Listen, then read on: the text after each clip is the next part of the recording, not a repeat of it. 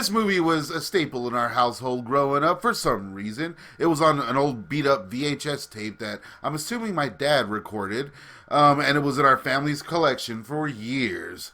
And of course, the epic trailer was also on the VHS of Rock and Roll High School Forever. They killed his parents. This is where they were murdered. Now, the kid is back in town. Do much hunting? Thinking about starting.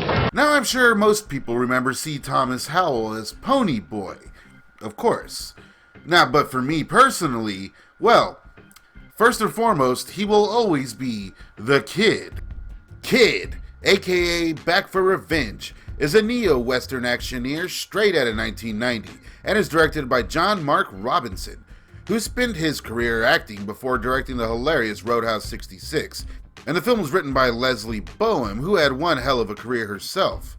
But here, if I'm being honest, well, the script is a bit weak. I remember this being this crazy, violent movie as a kid, but rewatching it now, I mean, it's pretty tame.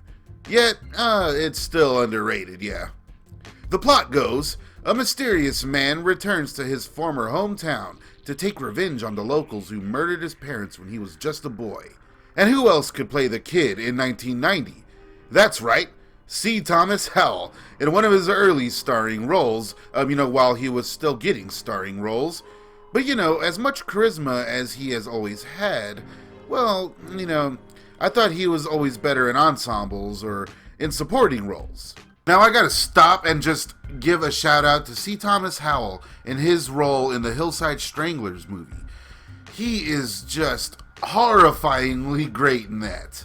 And while I do think the script does some disservices given the pretty cool Western style plot, it is still a pretty damn cool movie, playing with the revenge tropes when it can, and R. Lee Ermey, always a good nemesis. And the film's music was actually done by Timothy Truman, who is known for his Western art and, comic book style and whatnot. And he's basically the guy who reinvented Jonah Hex. But I think the film could have used an injection of testosterone, so to speak. I don't know if it's due to the screenplay being written by a woman, I'm not saying that. But, maybe if the team behind, Stone Cold or something did this movie, it would have been more exciting, because Kid has all the style in the world, but it just never gets past that plateau of badass.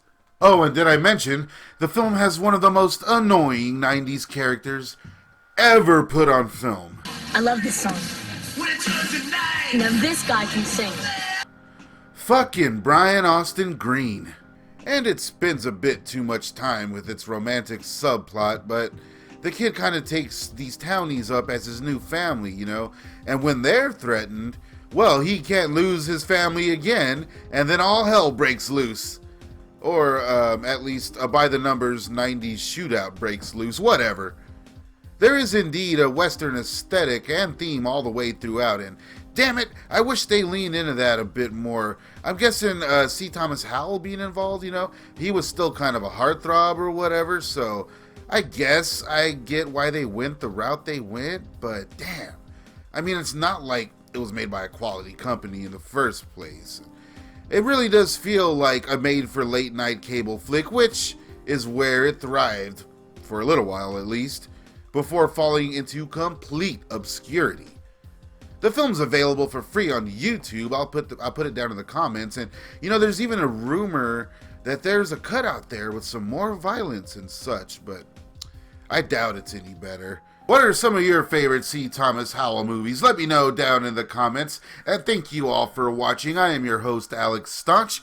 Please subscribe, and blah, blah, blah. Oh, hey, check out one of these other videos. Lots of fun stuff going on in those.